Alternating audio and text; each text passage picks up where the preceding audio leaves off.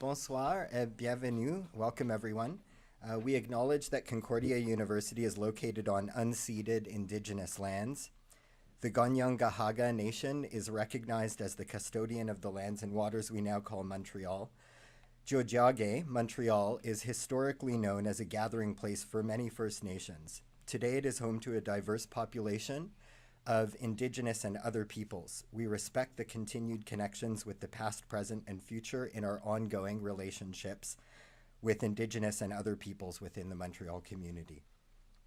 Conversations in Contemporary Art is a graduate seminar based in the MFA Visiting Artist program. It provides a unique opportunity to hear dynamic and influential artists, critics, curators, and cultural workers speak.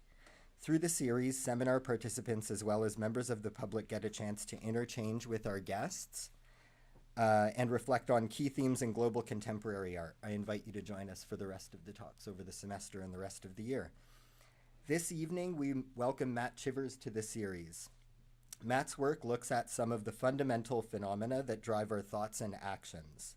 He explores ideas relating to subjects such as perception, cognition, evolutionary process, ecology, and ethics by bringing traditional analog approaches to making into counterpoint with state-of-the-art digital technologies. His cross-disciplinary practice in sculpture, installation, drawing, film, and performance often involves close collaborations with individuals and institutions in the fields of science, technology, and academia. The conceptual layering that typifies his work is based on in-depth research and a response to place in an effort to articulate some of the wider relationships that we all share and on which we all depend. Before we begin, I'd like to thank our very own Linda Swanson and the Musée d'Art de Joliette for their help in bringing Matt to speak with us tonight. Go see Matt's exhibition at Joliette as well. We'll give you the details at the end of the talk. Welcome, Matt.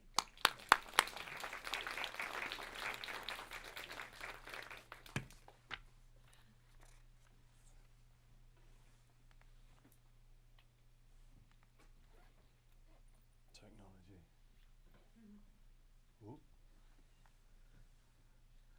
It's the cleanest desktop I've had for years. It's lovely. We'll keep it that. Ooh.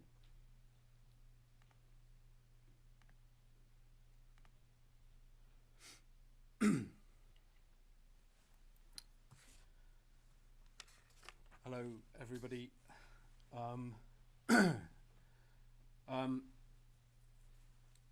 I'd like to. Can you? Is that good, Mike? I'd like to start by sharing a couple of what I see as key moments in my early years, as a way of recognizing initial manifestations of themes that I'm still exploring in my work. This is me about age 8 with a very, very big moth. This is an Attacus atlas moth, one of the biggest insects in the world. I grew up in a rural commuter town for a big city in the southwest of England. Our house was at the last house between suburbia and farmland. 2 or more habitats coming together like that is the richest place on earth, and I've loved liminal zones ever since. I was a quiet kid. The natural world was the draw for me from early on, and I became infatuated with the insect family Lepidoptera, moths and butterflies. I'd buy eggs from postal suppliers or harvest wild specimens when I was lucky enough to find them. And I started breeding moths in a 6x6 shed at the bottom of our small garden. In my memory of this, I can see that there were certain things that attracted me to these insects. One aspect was their symmetry. This interest in symmetry, or more accurately near symmetry, would surface in my work later on. But most of all, I was an obsessive witness of their metamorphic process, particularly pupation. This is the pupae of a monarch butterfly. You know, when the digestive tract of the caterpillar and the nervous system, all the internal organs break down into a kind of soup and reconstitute themselves. And I found that kind of process absolutely immersive.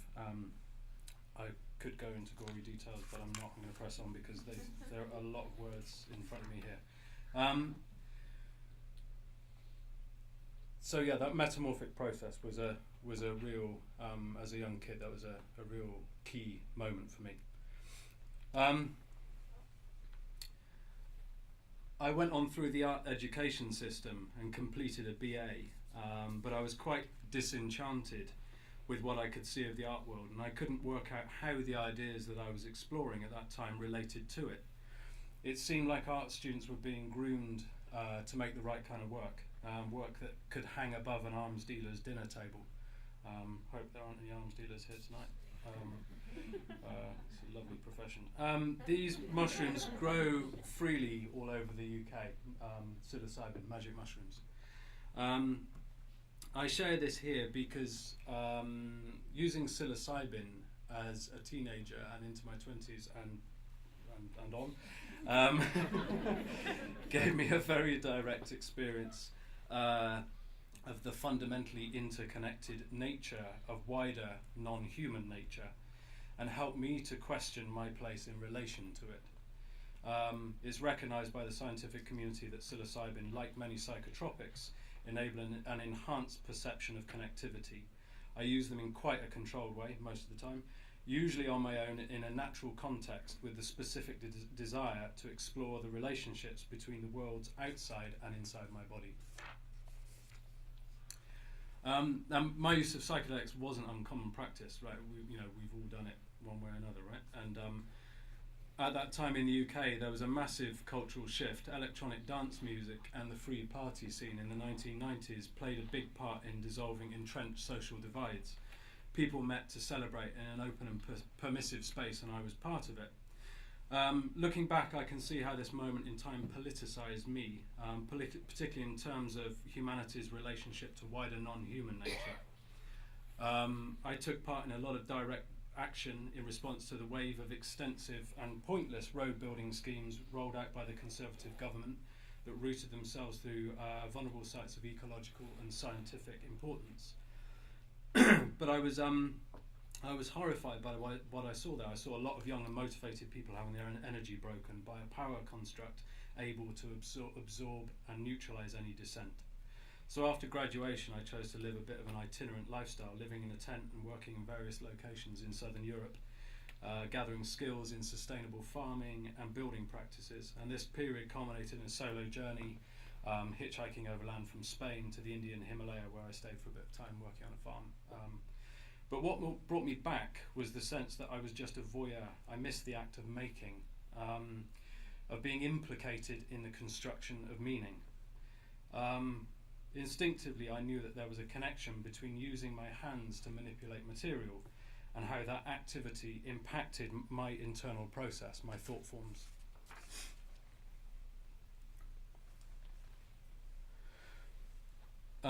So I'd like to use a couple of projects that I've been involved in over the past couple of years to articulate some of the recurring threads that inform the way I work.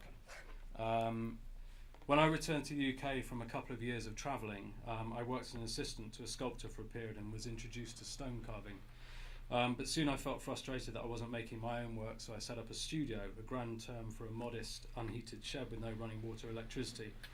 But working stone by hand was a revelation for me. It was a process that I resonated with from the word go. I was seduced by the way my body was implicated in the making.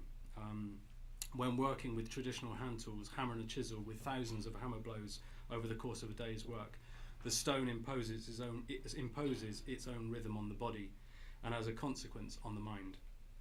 As an assistant, I was trained to rough out sculpture by scaling up from a maquette using a process of triangulation with compass. But moving into my own work, I took a very different approach. Carving intuitively by hand led me to an understanding of how the material nature of the stone itself presents possibilities and limitations. Then the reciprocal relationship between the mind, the eye, the hand, and the material became the subject itself for me. As I focused on the relationships between the process of perception and action, cloud-like forms began to emerge in the objects that I was making.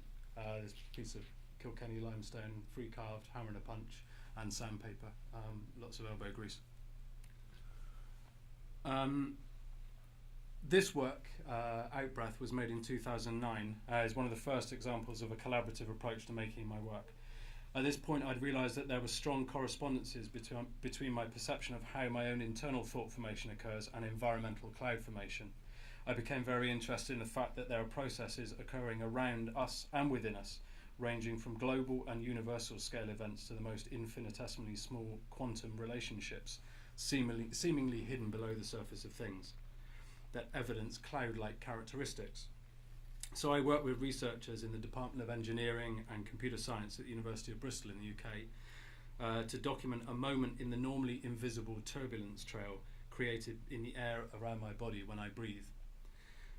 Dressed in a rather disconcerting black lycra onesie with openings just for my mouth and nostrils so that my entire body became invisible, I held a small pellet of solid carbon dioxide under my tongue and exhaled naturally while we used 3 high-speed digital cameras and controlled lighting to capture microscopic gas particles exiting my mouth as I breathed out. Then I edited through over 90,000 film stills to find one image that seemed archetypal.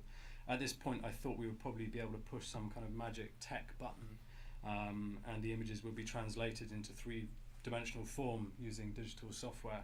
But at that time, this kind of technology wasn't available. So I had to revert to drawing on the stills to define where the movement in the turbulence ended and began. So Outbreath is a kind of hybrid object. Its fusional nature, a collision between contemporary envisioning technology and a traditional approach to capturing information about the world, made me think about the relationship between the analog and digital approaches that we use to understand reality.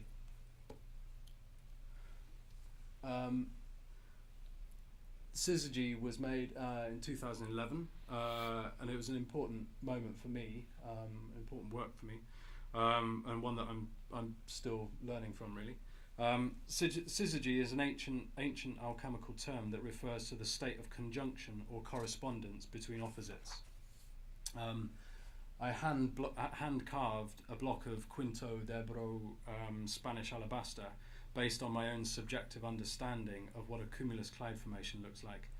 The finished carving has then been digitally scanned, resulting in a computer-generated 3-dimensional surface mesh made of 2.5 million tessellating triangles.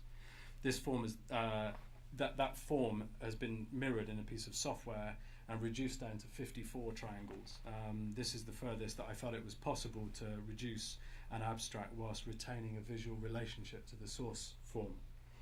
The resulting mesh was then built using a state-of-the-art, at the time, 5-axis robotic milling machine in Indian black granite. So one piece is entirely handmade and the other entirely machine-made. The 2 objects stand beside each other, mirror opposites of each other in every sense. One made by hand, one machine-built. Cloud-like forms cloud-like form I've used it to allude to the human act of cognition. Cloud formation seems to happen at a very similar ratio to our own thought process. As fast as thought form is perceived, it's shifted and becomes something else. In counterpoint, the granite element is placed horizontally in order to relate to the spatio-temporal extreme of deep geological time. The work is intended to allude to the seemingly paradoxical extremes of the reality within which we exist. In 2014, I was invited to participate in an exhibition called Out of Our Heads, curated works that explore ideas relating to altered states of consciousness and non-neurotypical states of mind. I worked with Dr. Dominic Fitch of King's College London to make a work in response to a dialogue about the extraordinary perceptual condition known as Charles Bonnet syndrome. CBS is a relatively rare condition affecting people who have no sight, either as a result of disease, accident, or from birth. Although there's no information coming in from the outside world, those who are affected by CBS experience elaborate visual hallucinations. Often these hallucinations take the form of complex geometric patterns, grids, and points of light. Researchers believe that these hallucinations are likely the result of the physical architecture of the brain projecting itself onto the visual consciousness. In essence, the brain seeing itself seeing. And what we're looking at here is 2 little slices of brain matter with what imaginatively called blobs and stripes. You can particularly see in the top one there the blobs on the right and the stripes on the left. And it's actually that the proportional relationship that is actually projected onto the visual consciousness in CBS. So it's the brain seeing itself seeing even though the perceptual apparatus doesn't exist. In 2015 I was invited to a residency at Nirox in South Africa. The residency is located in the UNESCO designated Cradle of Humankind just outside Johannesburg. A couple of miles down the road is the site of the earliest known controlled use of fire, as well as some of the most significant finds of early human remains in the world that enable us to see the physiological shift from our early hominin ancestors to anatomically modern Homo sapiens. And I work with evolutionary scientists at the University of Witwatersrand in an attempt to understand why these events had happened here specifically. And it turns out that not only is the geology conducive to the formation of caves, suitable shelter for our ancestors, but also there's a high iron content in the land which conducts lightning strikes, resulting in bushfires. And I was intrigued by the link between the development of modern human consciousness that occurred in that place and the wider non-human environment in which we were embedded at the time. This piece.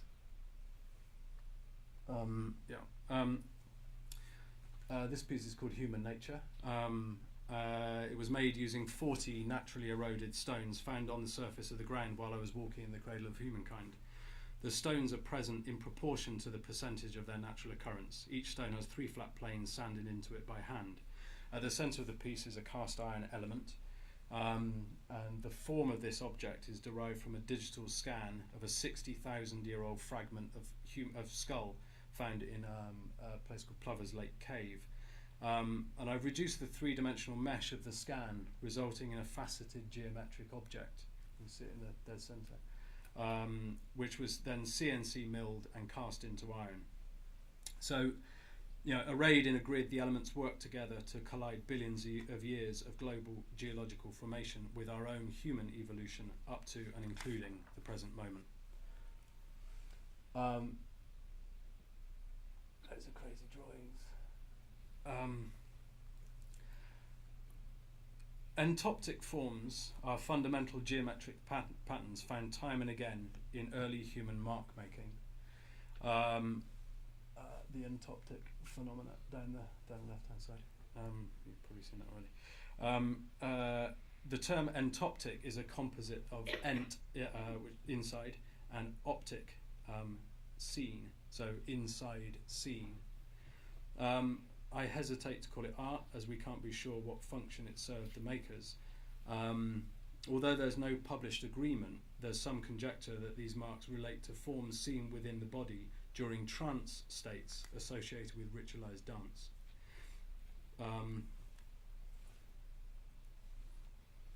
Now, Blombosch Cave in the southern Cape region of South Africa has yielded an enormous trove of early human artifacts. One is the small piece of red ochre pigment at the top left in the image here. And this was a real inspiration for me, this object. So this object is believed to have been made around 80,000 years ago. It's one of the oldest examples of hominin mark making that we know of that is not an accidental byproduct of a utilitarian process like food preparation or tool making. It's 100% intentional, and this makes it exceptionally significant in terms of how it allows us to understand where, when, and how abstract thinking may have evolved in early humans. So the stone has been intentionally worked to create a flat plane into which marks have been carefully incised.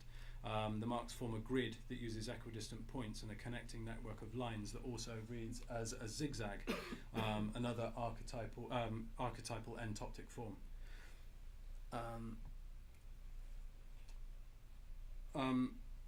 The Khoisan people of southern Africa practice trance dance to this day.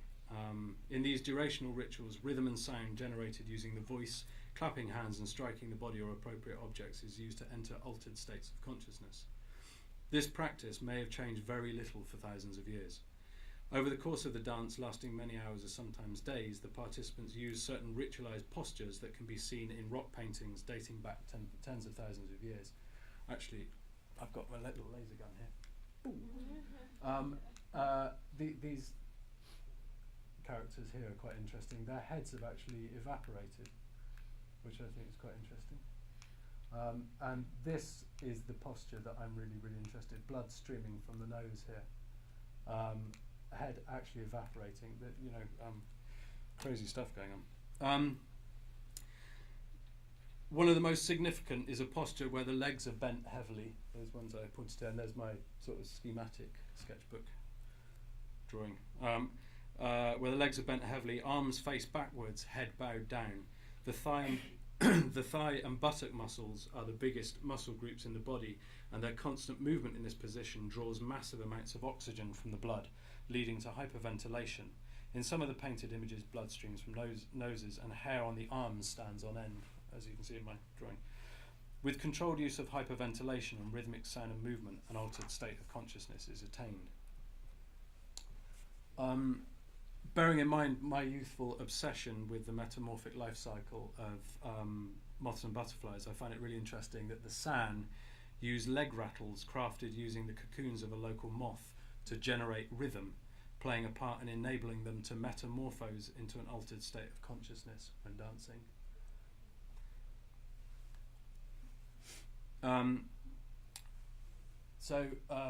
Baseline was a performance piece that I made while I was on residency. It was shown at my solo exhibition, Altered States, in Johannesburg at the end of the residency. And I collaborated with two performers, Manthe Ribani and Mada Sembiso, to develop a choreography. In the performance, Manthe and Mada wore microphones which relayed the sound of their breathing as it accelerated in frequency over the course of the work to massive speakers with the bass turned up full. Lit by stroboscopic light, the dancers combined traditional San trance dance postures and contemporary dance moves as they drew a grid-like network of marks with their feet in the iron-rich red earth from the cradle of humankind. The drawing remained as a relic of the performance for the duration of the exhibition.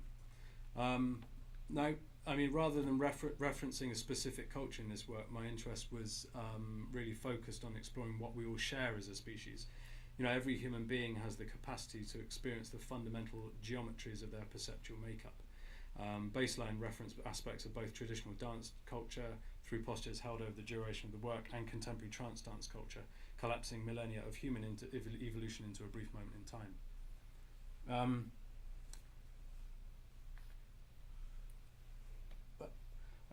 Not wanting to miss out on all the fun, over a period of about a month I walked into the bush every day or so and attempted to get myself into a trance. I'd walk out half an hour from the residency to a sheltered spot where I tried to dance myself into an altered state. Little did I know there was a 6-meter African rock python just around the corner. They told me that after. Finally, in one session I nearly collapsed and experienced a grid of luminous points across my clouded field of vision. Out in the bush, I worked with a team from the residency to harvest a boulder of a type of volcanic stone known as dolomite. Back in the studio, 2 flat intersecting planes were cut by hand into the stone and each plane was polished.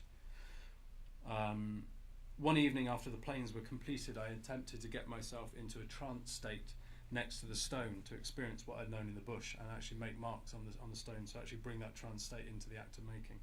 But I quickly realised that there was no way that I could control a 1.5 kilogram hammer in a trance. With my eyes closed, I lay a grid of punch marks across a plane of the stone as accurately as I could, and it took, it took hours to do it with my eyes closed, and I didn't open them once, I promise. Changing my mind, the 2 planes are covered in a constellation. You can see the 2 planes are covered in a constellation of indentations that look almost like fingertips have pressed into the surface of the stone. They're an expansion of marks made with the hammer and punch that night, alluding to the entoptic forms experienced in trance dance ritual and those that can be seen in early human mark making. There's for the project there was the performance baseline this piece, and there were 27 etchings that I made, and the human nature piece. There were four works in the show. Eroded into its distinctive form by the action of millions of years of sun, wind and rain on the high veldt of South Africa, the found dolomitic boulder that this work is made from bears the exquisite traces of its formation. Continuing this process of erosion, the act of carving two perfectly flat intersecting planes by hand in the stone results in a slightly paradoxical object, part raw geology, part human intervention. And for me, the plane can be seen as a signifier of modern human consciousness. And particularly of contemporary digitality, in the sense that human beings are the only animal that impose linear form on the material reality of the world. Increasingly, we're surrounded by mediated objects and environments that are a direct result of the virtual processes that have been used to create them. Made from the material that gives the cradle of humankind's culturally momentous landscape its unique form, Changing My Mind explores the idea that consciousness is situated simultaneously in the brain, the body, and out into the world through physical engagement with the stuff of reality as a reciprocal process.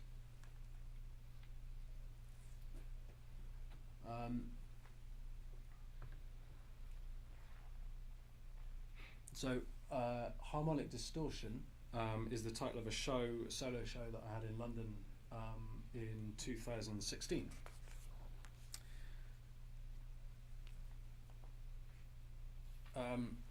Working with scientists and researchers from the National Meteorological Office and the Oceanic and Planetary Physics Department at Oxford University, I developed a series of 4 sculptures that repurpose environmental data. 2 of the forms use digital scan data of a cumulus cloud supercell that was mapped using a meteorological balloon over the Congo Basin in Central Africa.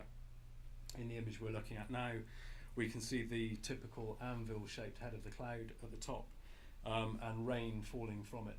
And then the form along the bottom is the indentation of the negative form of the land that the rain is falling on.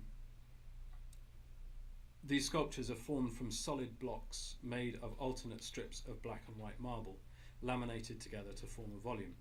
I worked with a digital designer to translate the raw environmental data into a format that could be used to program a robotic milling machine, which then cut those forms into the prepared blocks. The sculptures were then polished by hand, the luster of the marble creating a liquid skin, a membrane enclosing the discrete object and separating it from its environment in a similar way that the original scan data extracted the physiological surface of the source cloud from its environment. Another piece from the series. In this image, the form of the sculpture is taken from a later stage in the evolution of the same cloud. The flattened top of the sculpture is a result of the water particles in the cloud reaching the upper atmosphere and freezing, crystallizing so they're unable to rise any further. And underneath, the cloud is starting to disintegrate as thermal updraft and condensation from the land reduces in intensity towards the end of the day. Given its physical characteristics, weight, solidity, permanence, and the cultural associations we have with marble as a go-to material for heroic statuary and architecture, invulnerable to the passage of time, paradoxically, the origins of marble are bound up with the ocean and the ecologies it supports. Marble is what's known as a fully metamorphic limestone. It's formed from the calcium-rich exoskeletons of ocean-dwelling invertebrates that have sunk to the seabed post-mortem and been subjected to intense compression as a result of the mass of their accumulation and the weight of water above them. Then metamorphosed through heating and liquefaction in the Earth's crust, this mineral goo finally cools, recrystallises and solidified as stone. Mountains are pushed up by the movement of global tectonic plates, and what was the seabed becomes the highest peaks, and the marble is revealed to us. The image we're looking at now is derived from data relating to the physics of a breaking wave. Unlike a cloud, it's impossible to scan a wave as it breaks because it's constantly shifting. It's not still for long enough for us to map its form. For me, clouds and waves are potent icons of indeterminacy. Where does a cloud or a wave begin and end? I'm interested in the idea that to fully understand what a cloud or wave is, it's necessary to understand all of the other processes that lead to it coming into being. the solar events, the rotation of the Earth, the water cycle, and its relationship to planetary geology and the flora and fauna that colonize it. Life on Earth is a complex web of relationships that in truth cannot be separated one from the other. The black and white patterns have a binary pixel-like quality that alludes to how information is processed and transmitted digitally. The use of indeterminate form to disrupt a determinate geometric pattern or vice versa has an effect on our visual perception.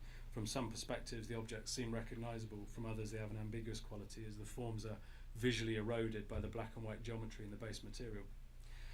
The counterpoint between the formal elements in these works say something about my feeling about the contemporary digital moment, in terms of how envisioning technology gives us a way of seeing elements in the world, but simultaneously fragments it, unable to describe the totality of the relationships involved.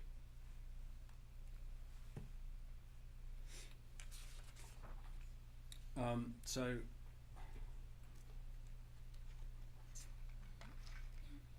this isn't code really.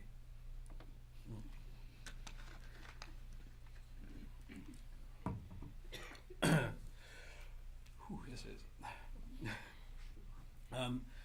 I'd like to talk briefly about some of the other works that were presented as part of this part of that show, Harmonic Distortion.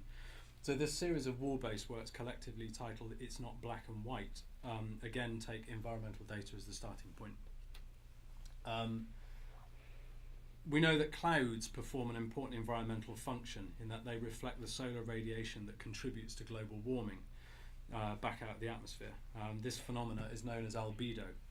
Meteorologists record cloud presence inversely. When sunlight is at a certain intensity, we know that clouds are not present. 3 cyanotype prints were made using graphs of sunlight data collected from 3 different randomly selected locations, selected meteorological stations. Each of the rows is 1 year, January to the left, December to the right. And where the line narrows or dissipates, that means cloud is present. The graphs were turned into stencils and laid over paper soaked with a photosensitive pigment, then exposed to sunlight. So the graph actually operated as a cloud in a way. The lifespan of the data relates to the period of time that records have been kept for each location, as well as the shift from analog to digital modes of measurement. And the works reveal the tendency towards decreasing cloud cover, symptomatic of climate shift and global warming. In another series, I worked with an engineer who developed the world's most accurate surf prediction website. In this group, yearly graphs of ocean wave heights from a number of randomly selected global locations have been robotically milled into slabs of cast sea salt, recycled by desalination plants. The first year of data marks the moment when accurate measurements began to be transmitted back to Earth from scanning orbital satellites up until the present day. Ocean swells are driven by low and high pressure atmospheric events, which are themselves a result of thermal flux in global ocean currents. Wave height data is a key marker for understanding how climate change may be affecting extreme weather events. So, charting the moment of climate change that we're now in, all of these works are in a sense about the price we pay to see. And I feel it's darkly ironic that our mastery of resources has led to the evolution of powerful technologies that enable us to understand the world better than ever before, at the same time that our desire for knowledge and the nature of the industries that support that inquiry continue to damage the network of things that we're attempting to observe and understand.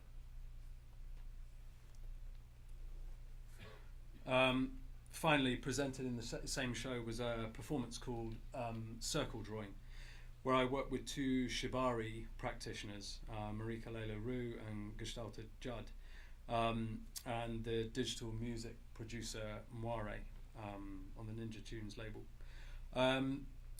Shibari is a ritualized form of erotic bondage, a power exchange between the person being bound and the one binding.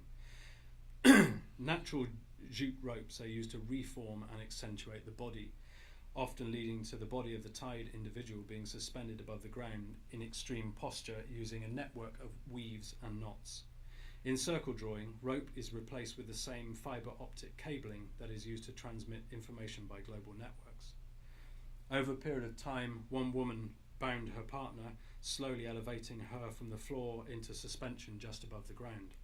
As the receiver was bound, she attempted to draw a circle on the plinth with a piece of raw red ochre pigment. This task became increasingly difficult as the performance progressed, distorting the shape of the circle. So circle drawing was an attempt to articulate what I see as being some of the contradictory aspects of the human condition and our entanglements with other life stories. In this instance, the opportunities and limitations that our reliance on technology presents, coupled with our innate desire for a harmonic relationship with the environment that we are dependent upon for our survival.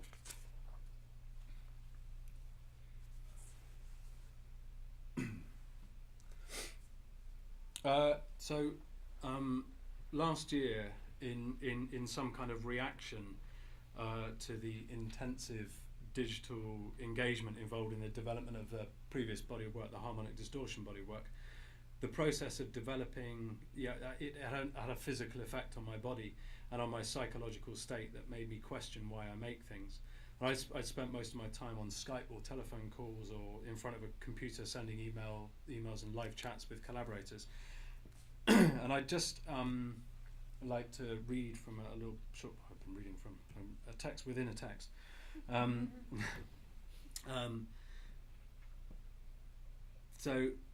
just like to read from this piece of writing that I put together whilst I was working on these drawings. Drawing from life seems to have an unusual intensity, a meditation on form in an altered state of consciousness. Using my right hand to draw my left and my left hand to draw my right, I've become entranced by the complexity of the hand, in how the relationships between the thumb, palm and fingers allow us to interact with the world in such subtle and diverse ways. In How Things Shape the Mind, Lambros Malaforis articulates the idea that physical engagement with material reality is an act of extended cognition, of thinking out into the world. Grasping, caressing, poking, comforting, pressing, scooping, picking, cupping, weighing, grabbing, sifting, twisting, pinching, testing. The actions are almost endless, and the multitude of human-built forms that populate the world stand as testament to the capabilities of the hand. The hand enables the mind to manifest on the three-dimensional plane. In Hands, Darian Leader observes, it seems as if almost every science fiction, espionage and adventure film contains a scene where the protagonists have to override a computer manually. The sheer frequency of this motif suggests that it touches on something profound for us. We could interpret it as simply human unease about the power that machines have over us, but isn't it also an attempt to sustain the belief in the hand as agency, as the point of ultimate control? The evolution of our hands has facilitated an evolution of our minds. For hundreds of thousands of years we handled materials and employed them in order to survive. In this reciprocal relationship, every newfound application of material technology led to a shift in thinking. The back and forth between the hand, the mind, and everything outside our bodies has led us to where we are now. Will a collective intelligence that is profoundly greater than ours support us in the environments in which we can continue living out our corporeal trials and tribulations? If, in the near future, AI has developed to the extent that new life forms design and build a new architecture, will we still feel a relationship to these spaces and things? Maybe it's utterly futile to even consider this scenario, as we're asking ourselves to second guess an infinitely complex evolutionary process. The only vaguely comparable cultural precedent that we can draw on to inform our imaginings is the Industrial Revolution, yet this upheaval was driven by human beings using their minds and hands in symbiosis to design and build new technologies based on understandings gathered, tested and refined by hands and minds over 200,000 years that consequently transformed their world. Where the hand goes, we follow. Where the hand cannot enter, neither can we. Is the hand the icon of a moment that will soon pass? We often look at our hands when we don't know what to do in moments of crisis or trauma, as if looking for directions. They are the direction. Which brings me to why I'm here now. Whilst I was working on these drawings, I received an invitation from Jean-François Belle-Île and Anne-Marie Saint-Jean-Aube curators at the Musée d'Art de Joliette, who many of you will know, to come to Montreal, as they saw a relationship between the ideas that I've been exploring in previous work and the extraordinary blossoming of creative endeavour in the field of artificial intelligence here in Montreal right now. On my first visit to Montreal in September and October last year, I spent a lot of time attending conferences and discussion groups set up to facilitate the development of the snappily titled Montreal Declaration for Responsible Development of Artificial Intelligence. I met one-to-one with moral philosophers and scientists on the steering group in an attempt to familiarise myself with the current state of play in the slightly bewildering world of AI. Excuse me. Then towards the end of my stay, I rented a car and drove from Montreal north to Labrador to get a sense of the land. I wanted a space to process what I'd learnt over the previous weeks, and I suppose I was hunting a story as well. Stopping in Tadoussac on the Côte Nord, I spent a day on the shoreline waiting in vain for the sight of the whales that feed there. The next morning I went out on the last zodiac of the season and spent a blissful couple of hours watching minke and beluga whale feeding in the plankton-rich waters of the Fleuve Saint-Laurent. There was a thick mist that morning, and through the haze I could hear a bell tolling somewhere in the distance. I asked the skipper where it's coming from, and he said he'd show me. Out of mist appeared that extraordinary structure. The Phare de Haute-Font-Prince is quite a crazy piece of architecture. And when I saw the lighthouse, it felt like I'd found a starting point for the project. The second encounter that I had was on the drive from the coast at Baie-Comeau up to Labrador. Halfway up that endlessly snaking tree-lined route is the Eye of Quebec. Well, both from different angles. The Eye was created 214 million years ago when a 5 kilometre wide meteorite, that's wider than Mount Everest is tall, slammed into Earth, generating an explosion of over 100 million times more powerful than the atomic bomb dropped on Hiroshima. I mean, crazy numbers, but the impact would have resulted in continental scale mass extinction. The crater itself is about 100 kilometres wide, and the lake at its centre is 70 kilometres across, and at the centre is an island. The highest point is Mount Babel, which I think is quite funny in itself. I stayed at a research station on the side of the lake and learnt that a particular type of stone was created as a result of the impact. It's called impactite. The meteorite would have vaporised as it struck, creating a heat and shock wave that liquefied the stone in the crust of the earth. And Mount Babel is what remains of an uplift of molten rock, in the same way that water behaves when you drop a stone into it. It recalls for a bit and it's set. And I felt there was some kind of a relationship between the far-reaching effects that this meteorite would have had on the evolution of life and the thought that AI might also have a similar degree of effect on human and non-human life in years to come, albeit over a different kind of timescale.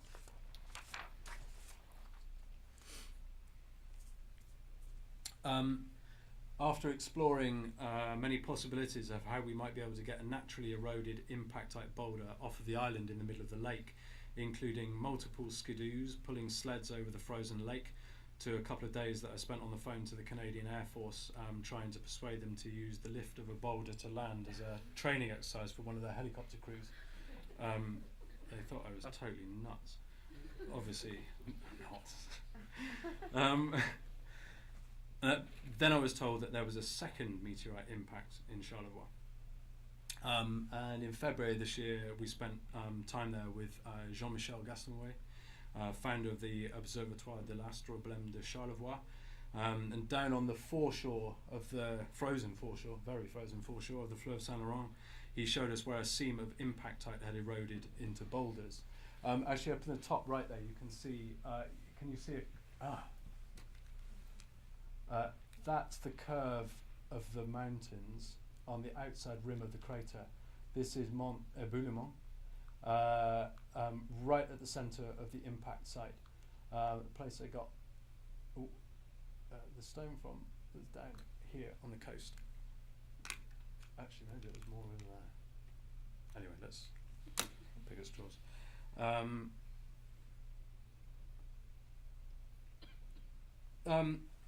In the spring, I went with Linda Swanson, who's here tonight, and Elliot, who's also here tonight, from Concordia, to check out a creek that Linda knew near Mont Saint-Hilaire that might be able to provide us with a source of raw clay.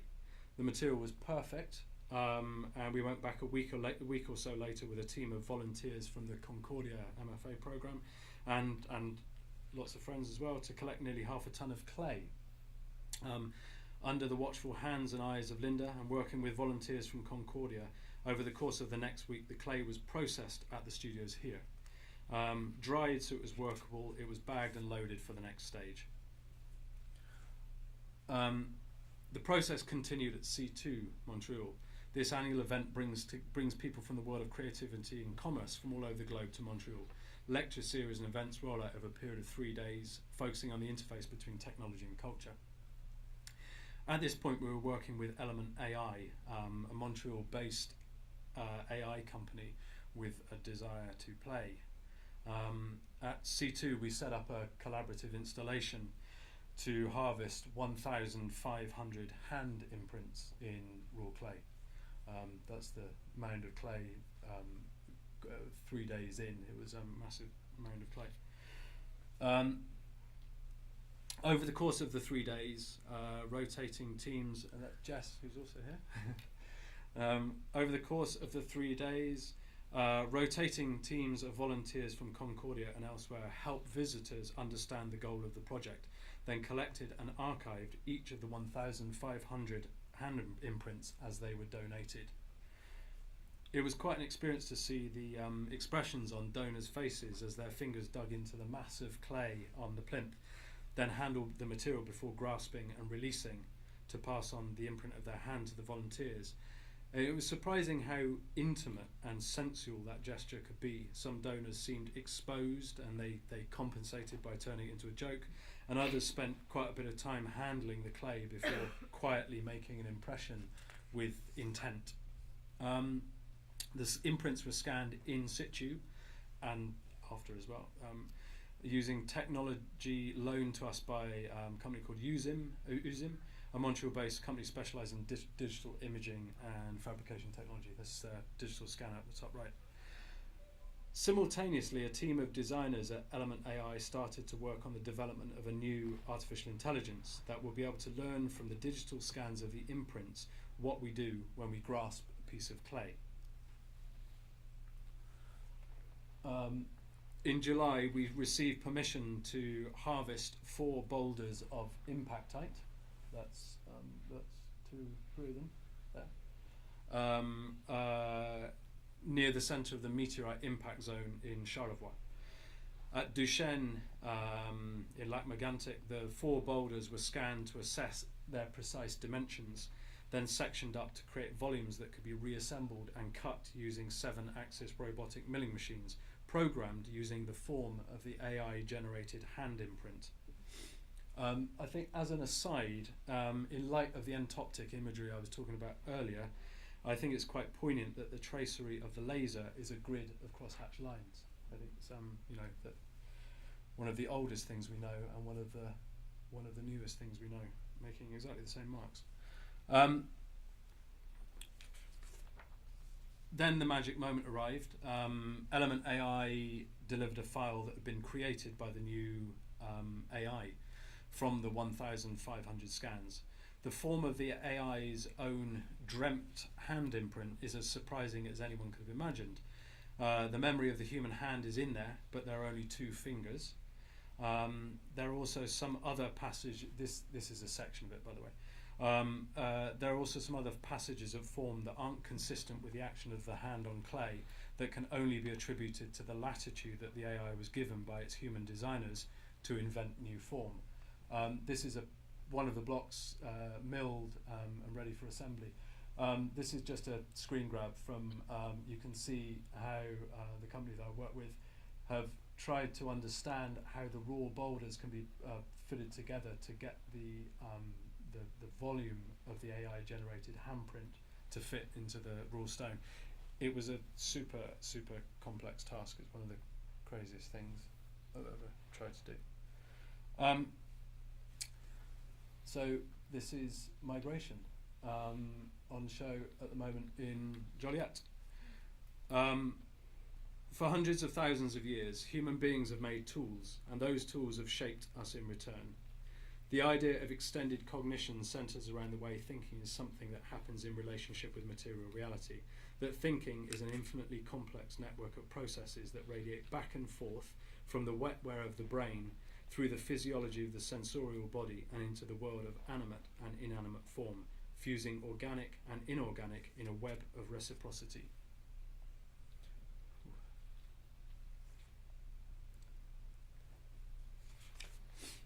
We instinctively need a ball of clay in our hand, squeezing it, turning it, and repeating time and again in order to know it.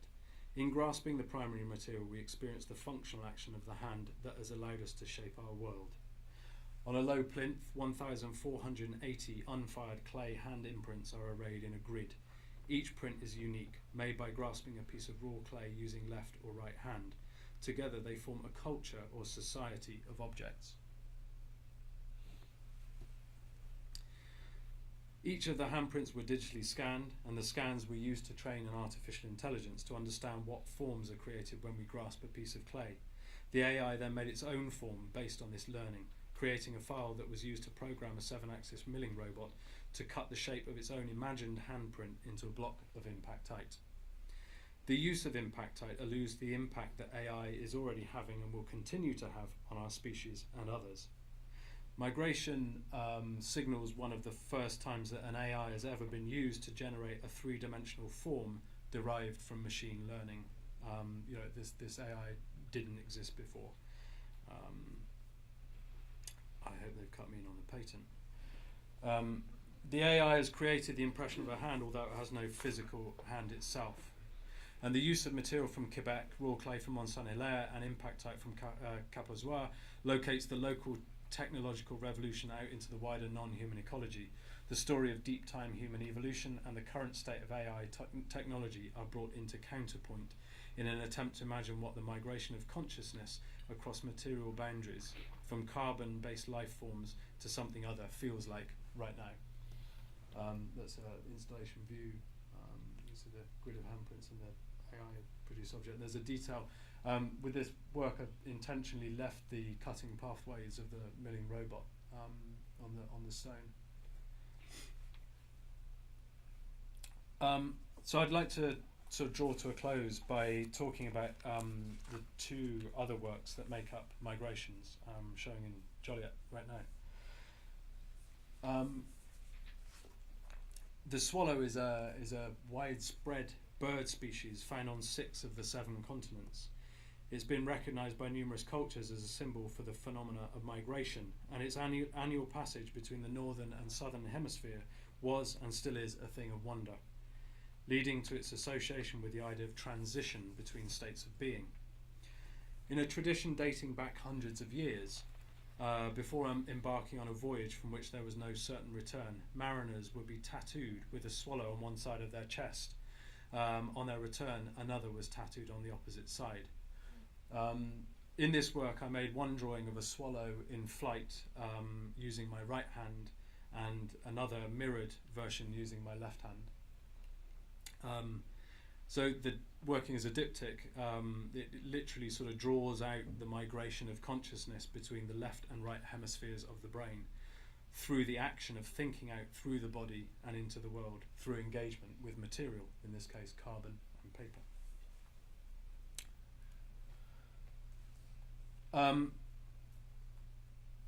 For me, one of the most surprising and enjoyable experiences putting the show together at Joliet has been working on the film. And I feel it's opened up a new way of making that is more personal for me, more subjective.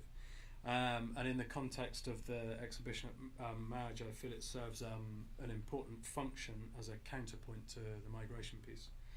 At the start of the film, a spoken narrative is heard while the screen is still in blackness. Then the Phare de Haut-Fond Prince comes into view centre screen.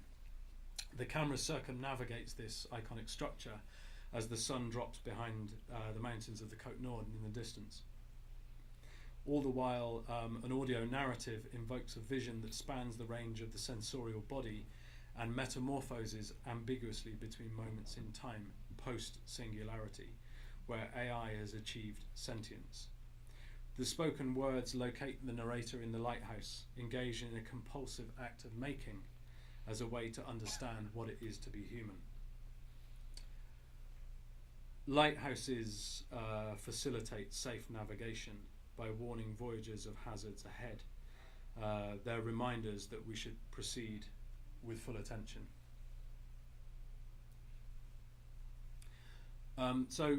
Putting together this presentation, it's quite difficult to know what to place emphasis on to give a sense of what's going on behind the work.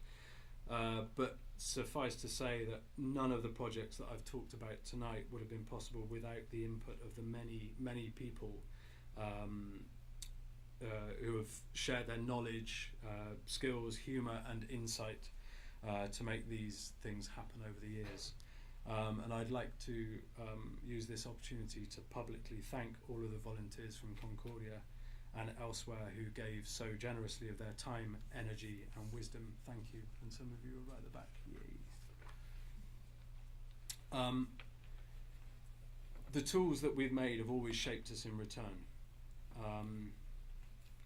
Now I feel that we're in an extraordinary moment right now. We're hybridizing with our technologies at an ever-increasing rate. Driven by a constant desire for more, our economies are leading us headlong into an environmental crisis. Sometimes it sort of feels to me like evolution is moving through us like an invisible wave, regardless of our own needs. How do we feel about this? Is there anything we can do about it, even if we know what we feel? But maybe something that's coming out of this moment is the possibility to understand what it is that we value about being human. Maybe placing our desire and attention on cultivating a moment-to-moment awareness of the mutual dependency between humanity, our wider non-human kin, and everything beyond is central to this next phase of our evolution. We only need to scratch the surface of things to realize that we are the sum of our relationships. Thanks.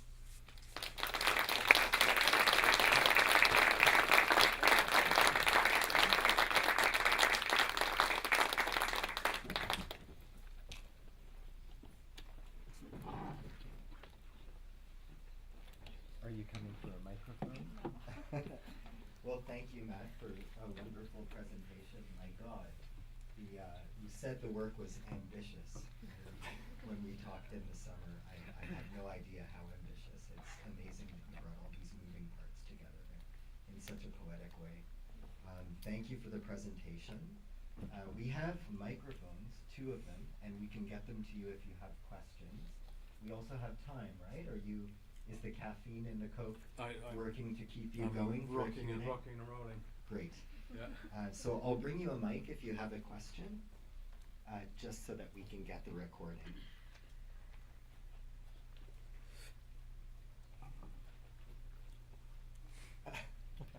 Could you pass this across to Ryan? Thank you.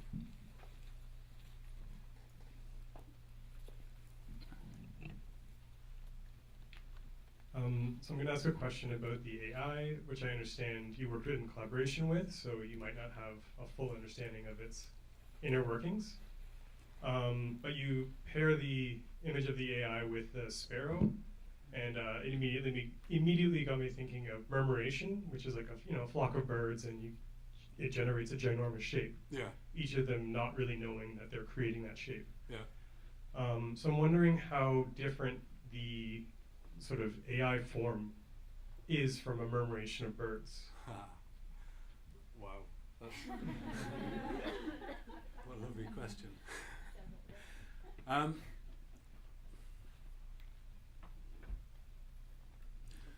I think the thing that really struck me through all the conversations, can you hear? The thing that kind of struck me from all the kind of conversations that I've had with the AI designers is how the AI is still absolutely reliant on a human designer. there is no autonomy at the moment. You know, we could the dream of you know, this moment of singularity, and you know, where AI exceeds our own kind of level of intelligence and has the ability or the potential to evolve to become something that's self-perpetuating and self-forming, is a very, very, very long way away as far as I can see. So at this moment in time, I think there's very, very, very little relationship between how an AI is working, how an AI is set up, and a murmuration of birds. But it's a beautiful image. I mean, I love that connection that you've made there. That was a swallow, by the way, that drawing, which doesn't murmurate. Is that the word? It doesn't murmurize. But I mean, I you know, migratory birds murmurize as well. You know, and I think, you know, I think the extraordinary thing about that is that it's not something that's kind of particularly defined by outside forces. You know, that actually that there is a kind of almost like no one really understands this, but there is a collective consciousness that allows the birds to move in that formation, which is the extraordinary thing. You know, they're not thinking, they're just being. And an AI is absolutely not being. Does that? Yeah.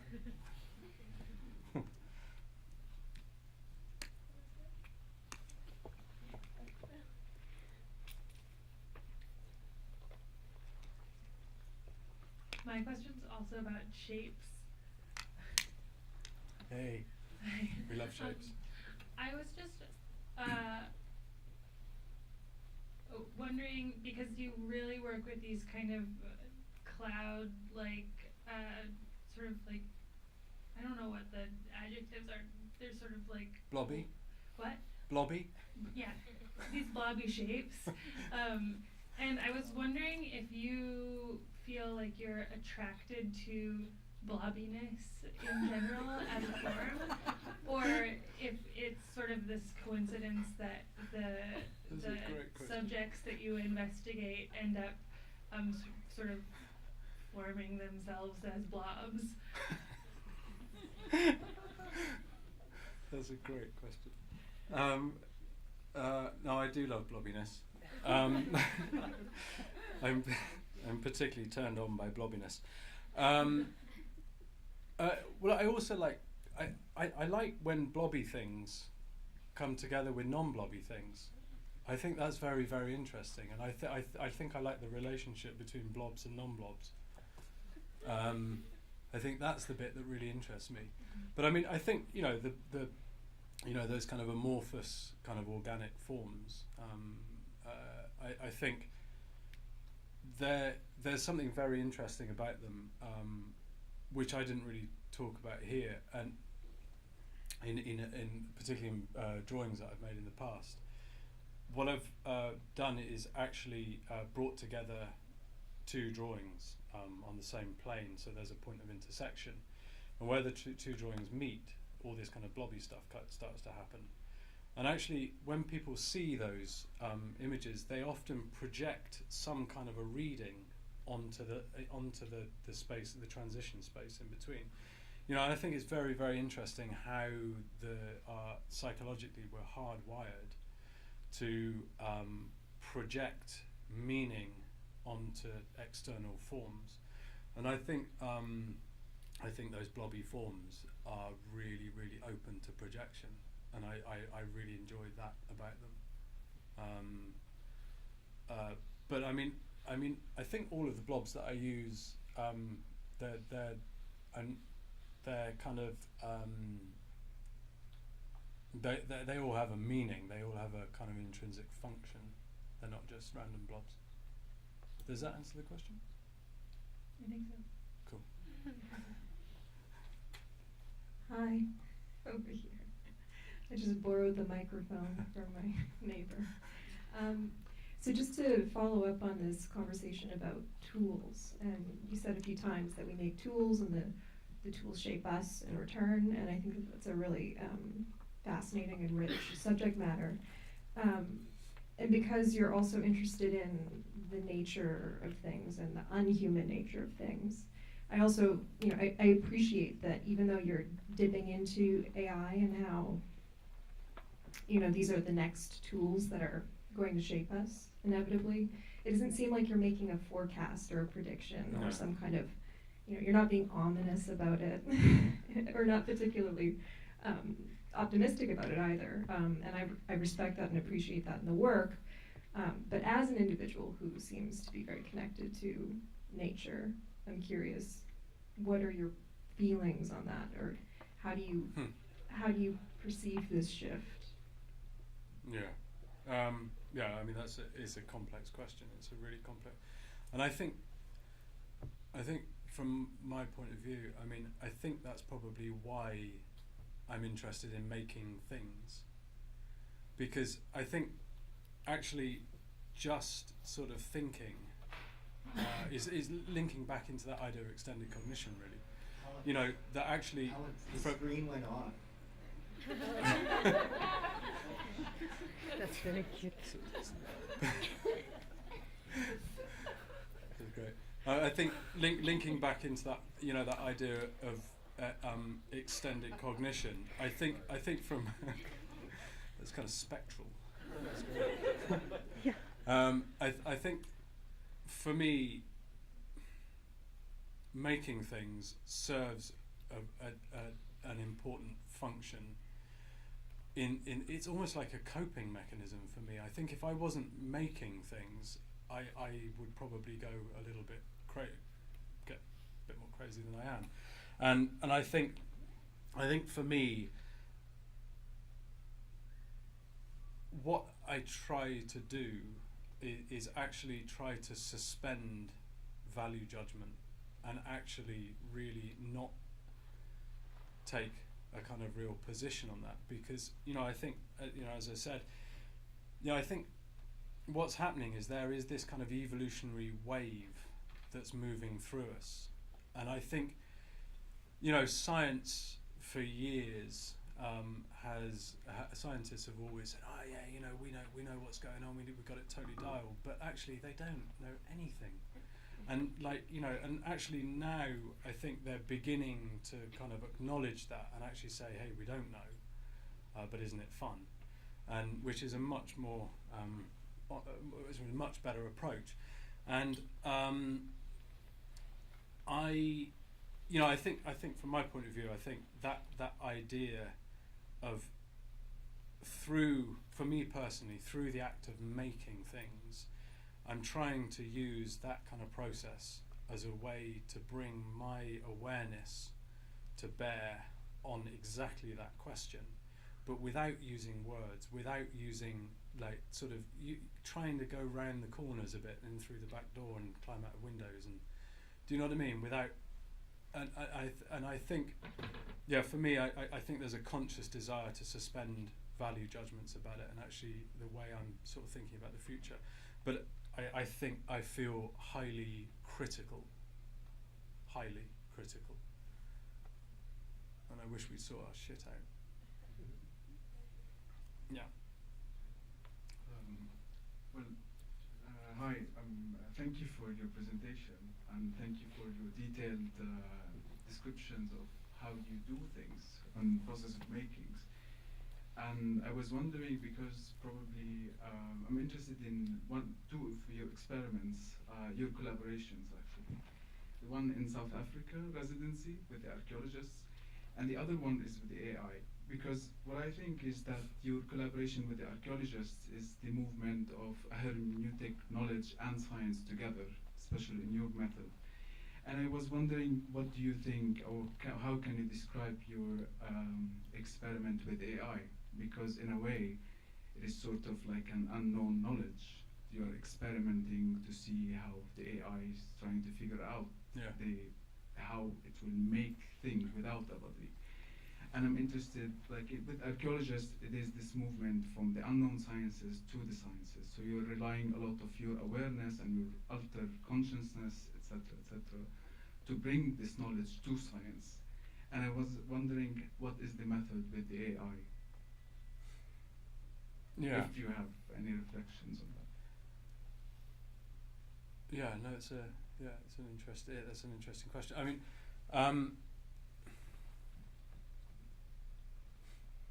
I think, you know, the way I'm interested in working is sort of setting up processes or frameworks that can then kind of evolve.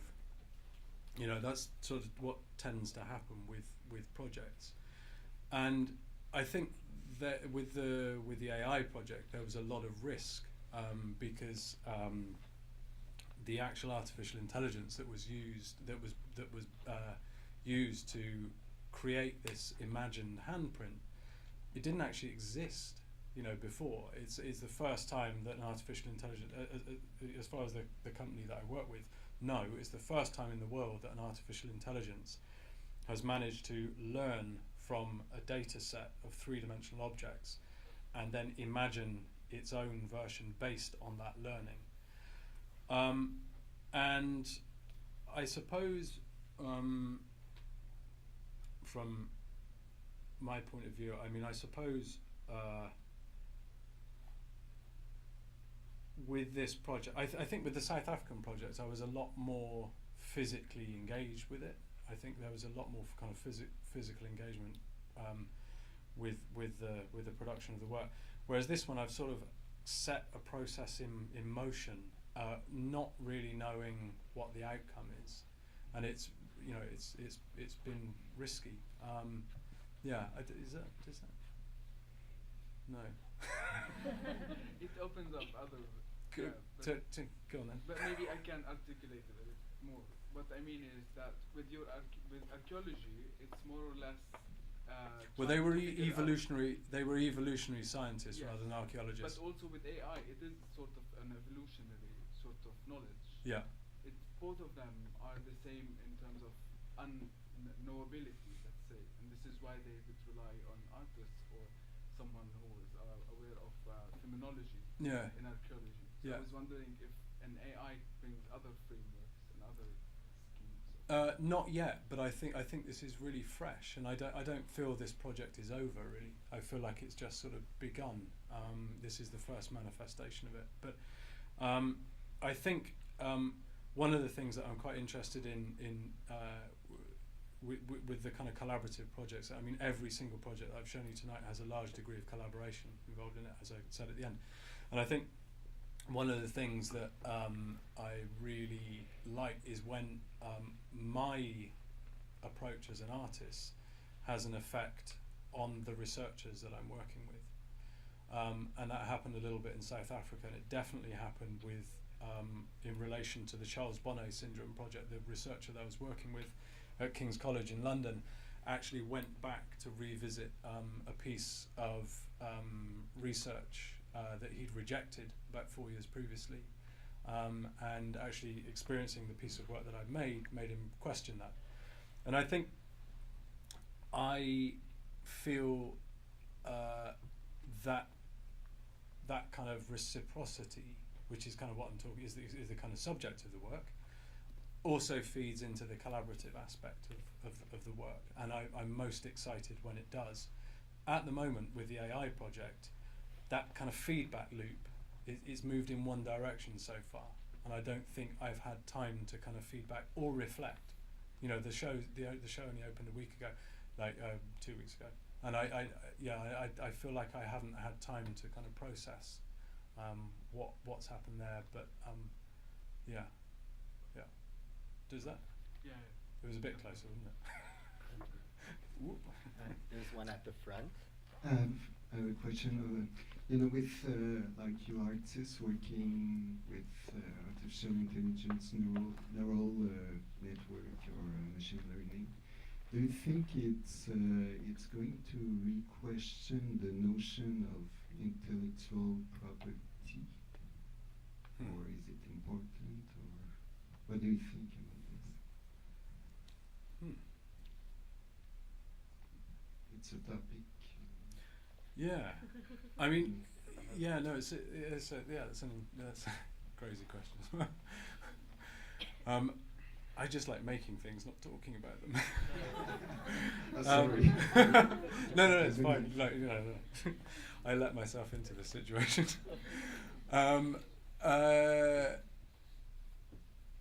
Intellectual property. I think the notion of intellectual property is becoming more diffuse as time goes on anyway, isn't it? Like, a lot of the images that I've some of the images that I was going to use in the presentation, I just you pull them offline, and ideas like just open sourcing, pulling off. I think intellectual property in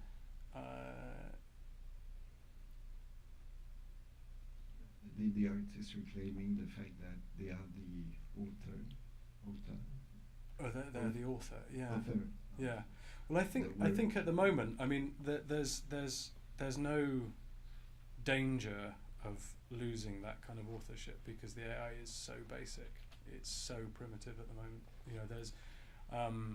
It is one. It comes back to what we were talking about a little bit before. But it is absolutely 100% reliant on the human designer. There's no way that one can kind of ascribe potential authorship to an artificial intelligence at the moment. There is no autonomy, and I suppose that isn't that one of the main sort of factors of that this is something. Authorship is something that's been evolved, an idea that's been evolved autonomously and uniquely by some form of sentience, and the AI is nowhere near that. Thank you.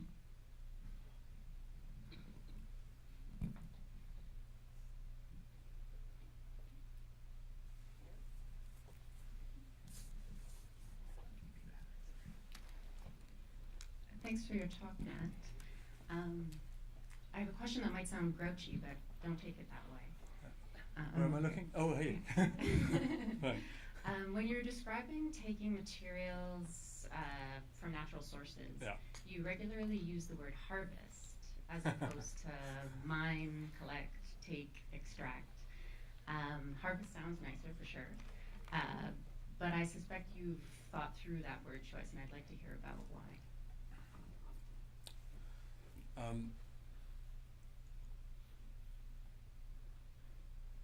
I think I'm actually attracted to the poetic implications of the word. That it's a collection. I could say pillaging, couldn't I? Or kind of the collection, the accumulation. There's so many different terms, but I like the thought of harvest. There's something kind of fruitful about it. There's that, and actually, there is something. Actually taking objects from a natural, untouched environment, I find deeply problematic, and I really have to question why I'm doing it. Do I believe in the idea enough? Is this going to, what are the implications of this if I remove something from one place?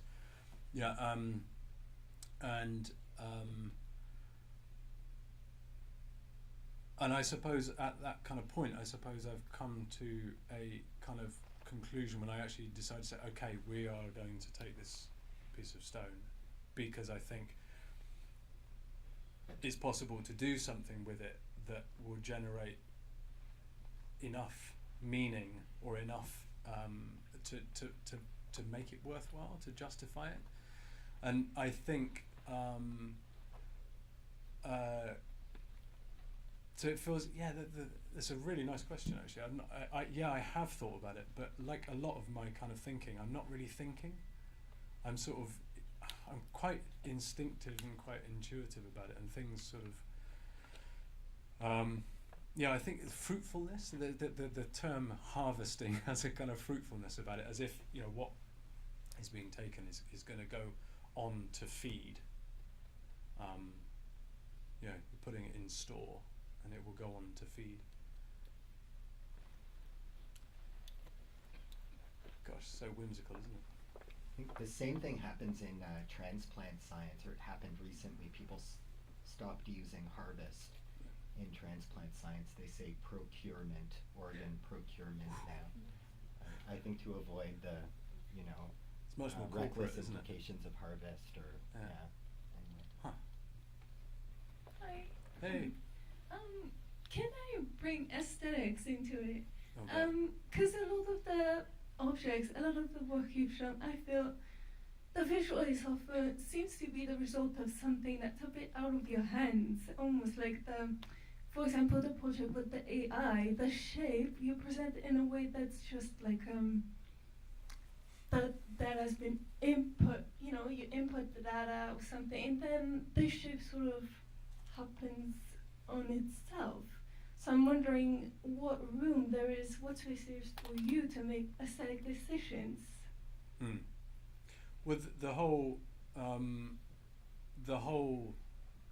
construction of a process has an aesthetic motivation as well. I mean that at the start of this project, I was quite aware that of the process that seemed to be evolving, and I think that is that generates its own kind of aesthetic.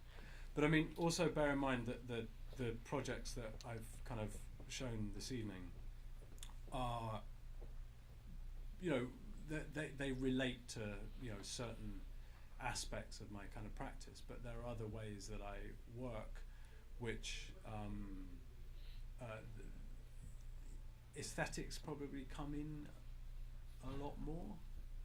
I guess I'm not trying to say that they're not aesthetic. I'm just wondering, at the end of the So at the end of the process, let's go back to the one with the AI. Yeah. Because I've noticed that there are some decisions, or maybe it's just the book itself, but I mean, I've seen it's black and white, for example. So I'm just wondering, do you make these decisions where what is shown is not 100% the result of something that happened that's completely out of your hands, or is there room for you to come and say, well, this is, to make decisions? To fiddle. Yeah, how much room is there I in try the not end? to fiddle. I mean, I think the thing is, I mean, I think for me, I think it is about there is an aspect of actually removing myself from the process as much as possible, and being accepting of the some of the events that kind of happen along the way, and I think I mean, I've got no issues about sort of stepping in and making certain kind of aesthetic decisions. So actually one, and I'm surprised no one's picked up on it yet, so I'm going to name the elephant in the room. Basically the sculpture, the impactite sculpture, isn't all impactite. So the black and white that you mentioned, the white is actually polystyrene. Because of the complexity of the project, and the time limitations and the amount of hoops we had to jump through to make this kind of project happen in the time that we had before the show opened, there were basically there were 3 parts of the sculpture that were unfinished and that will be completed in the next week and a half, 2 weeks, I hope. So at that point I had to kind of make a decision, and with the curatorial team at Madge,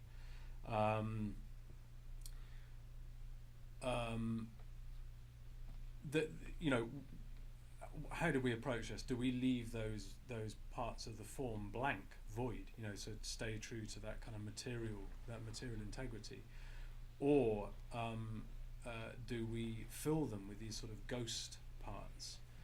And my instinct, although I find it very, very difficult for me, the work isn't finished yet, and I find that quite difficult. I find it quite difficult showing images of it at the moment because I know it's not complete yet.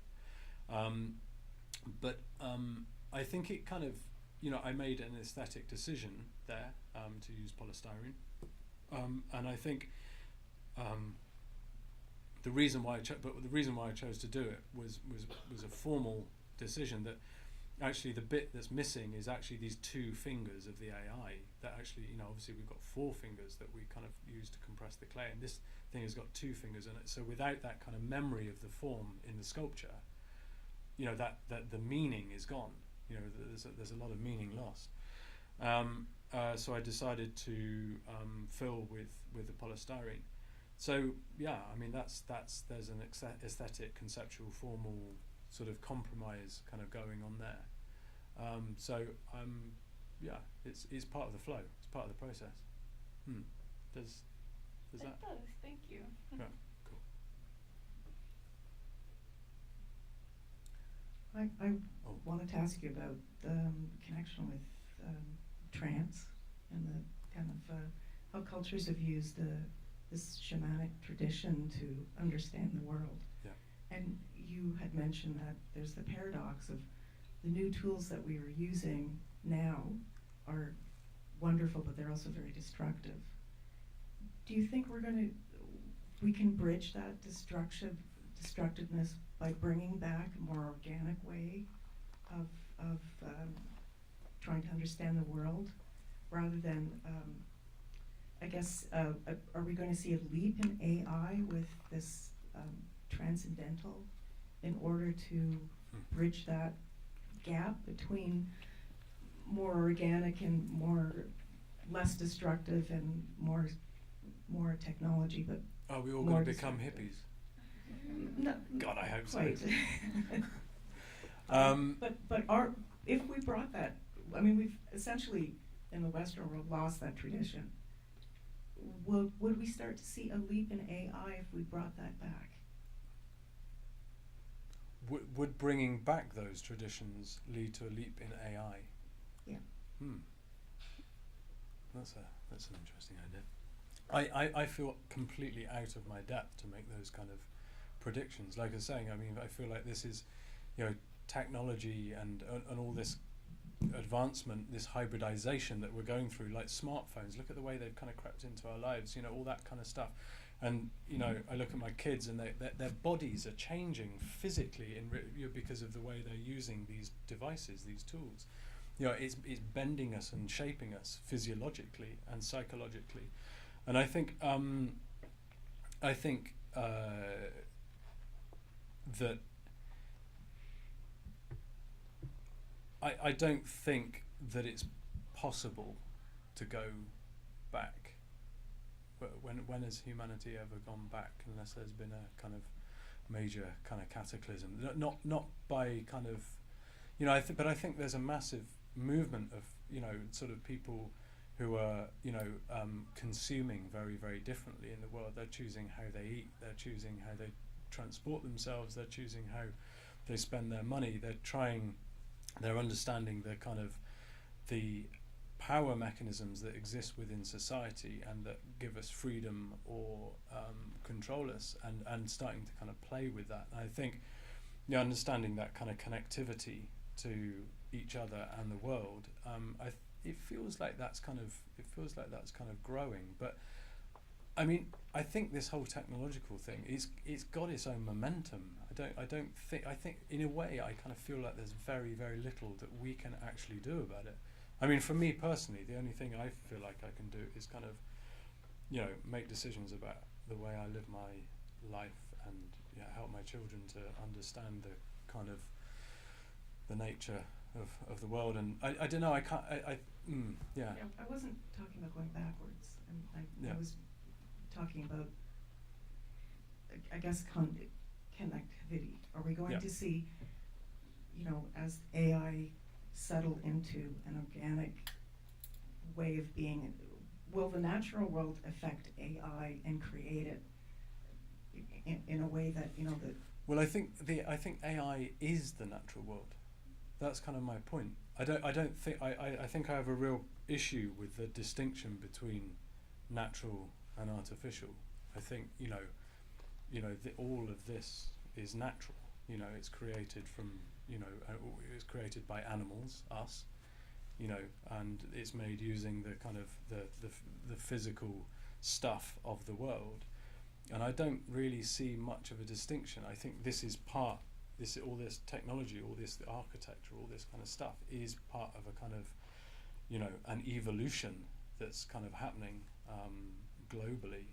And I suppose, for me, I think the most interesting thing is the notion of hybridization. That actually how those kind of technologies are already becoming part of our bodies. I know a guy who has silicon chips implanted in his fingertips, so he can operate his curtains in his house and switch his kettle on before he gets there. And it's, and I think, I just think that is that's quite extraordinary. That it's that hybridization that's the interesting place. I think that's where we need to sort of look for that kind of stuff. Yeah. This lady at the front, you've been wanting to ask. You're okay for one more question? Yeah. I'm cool. Don't know whether I'm. Thank you so much for your talk. I too work with technology, and I have strong feelings about how you have questioned the use of technology throughout your practice. I was curious about the onset of your employment of technology at the beginnings of incorporating it within your practice, and questioning the back and forth about drawing again instead of using technology. And I really feel strongly a connection with you in this back and forthness. My question is about, you mentioned tools shape us, but are you the tool?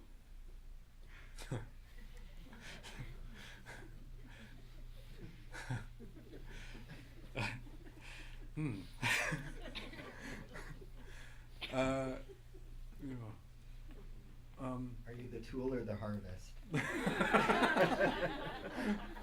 Gosh, I think it's time to go to a bar, isn't it?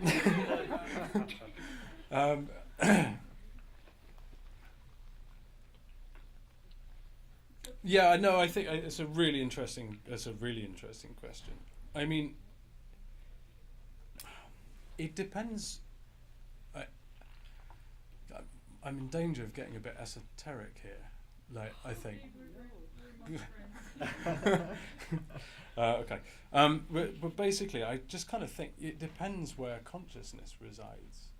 Where you believe consciousness resides, and whether you believe that we have autonomous consciousness, or whether we are actually an extension of a far greater organism, which is potentially using us as a tool. I'm not talking about aliens. And I think that's quite I'm really interested in that idea. That we're an extension of something that, I think we all have very, very complex filters in place that sort of inhibit our ability to see the fundamental nature of reality. And I think, over the millennia, I think human beings have developed sort of ways of removing the skin from their eyes and seeing clearly. I wonder whether if we could really remove those filters, whether we would see that we're just a tool in the hand of, well, not necessarily a hand, but in the gaseous cloud, I don't know, of something, where does intelligence reside? That's the question. I'm not sure. I'm very interested in that idea. Very, very interested in that idea. In the blob, yeah. Everything's in the blob. Matt, thanks again for coming. That was a real treat. And we have a treat for you guys too. Anne-Marie from the Musée brought some coupons for the Musée for anyone who would like to go 50% off coupons. It's a bit of a trek, but there's a shuttle bus, yeah? It's not a shuttle bus, but there's a bus to There's a bus. There's a bus. Some kind of transportation. You can get there. So I have enough to go around. If any of you are interested, let me know. And a reminder that tomorrow, on Saturday, October 20th at 5 p.m. in H110, the German artist Julian Rosfeld will give a lecture in connection with his show Manifesto, which is opening at the Musée d'Art Contemporain in Montreal. The Artist Talk tomorrow night is a partnership between the MAC and the Faculty of Fine Arts. His show runs at the MAC from October 20th to January 20th. But he didn't offer 50% off. So go see Matt's show. And thank you very much, Anne-Marie, for the gift from the Musée. And please join me in thanking Matt again for coming.